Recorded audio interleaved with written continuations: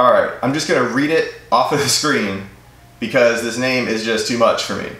So, you're looking for the Joe Nimble nimbleToes Addict Trail Shoes. You're trying to find out if these shoes are the right shoes for you because you're a real unusual individual that stresses over the details of their shoes because you understand how much difference it can make. So when I came across Joe Nimble shoes, of course I wanted to know more. Their website made it sound like these shoes could very well be the best trail walking or hiking or running shoes for me, and probably for you too if you're watching this. But when I went onto YouTube, there were very few videos about these shoes at all. Most of them were in another language, and even once I kicked on the closed captions, it seemed like they were also paid advertisements by Joe Nimble and not genuine reviews. So I decided to take the close to $200 plunge, order some in, and see what they were all about.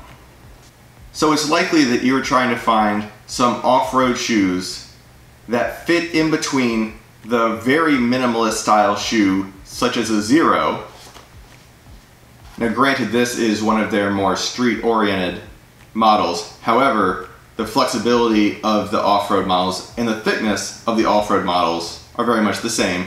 Very thin, very flexible.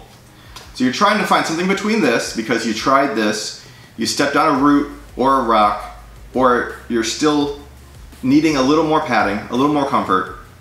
So this is a little too thin, but the next step that you find pretty much is going to be something like the Ultra, where you went from 5.5 millimeters of rubber to now 25 millimeters of not just rubber, but a lot of padding, a lot of cushion.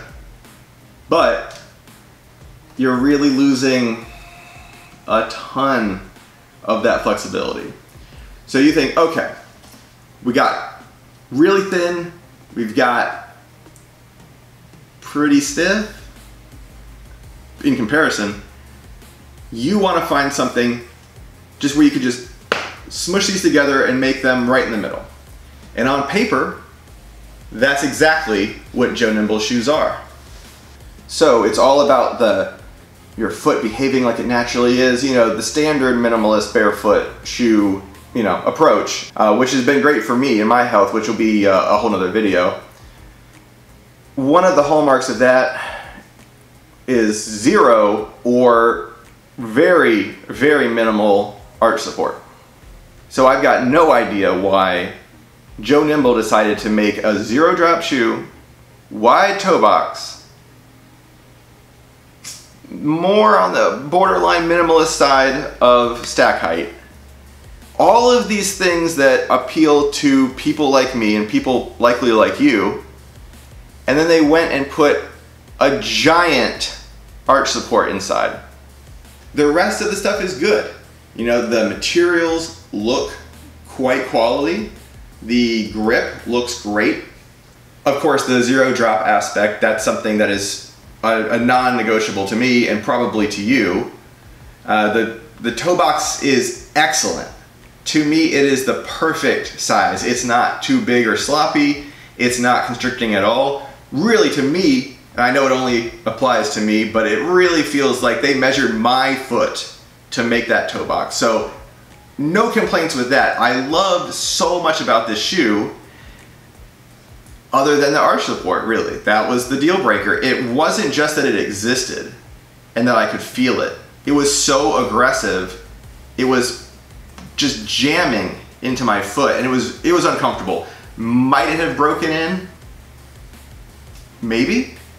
But it was just too much. And it wasn't like it was just padding in the insole that I could switch out. It was totally built into the actual insole. So there was just nothing I could do. I pulled the insole out to see, which was also something that was surprising. I pulled the insole out and realized that while I was wearing the shoe, it felt very comfortable, not very padded, but you know, a good amount of forgiveness in there, at least compared to what I'm used to, I suppose. Not quite as much as the Lone Peaks, granted, but The weird part to me was that all of the padding was in the insole, and it looked like a fairly generic insole at that. The actual sole, the rubber, was truly just 10 millimeters of straight rubber. So that was surprising, because if the insole wears out, which it kind of looks like it would, then there goes all of your padding. Of course, obviously there's a million aftermarket insoles, so it doesn't sound like such a big deal. I was just surprised that it felt that good with just plain rubber and a generic-ish insole. Something else that took me by surprise and really goes against the whole minimalist barefoot ethos was just how stiff that sole was. My last complaint might be a bit on the petty side, but it's the Velcro cover on the back for the gaiters that says, "Eat my dust."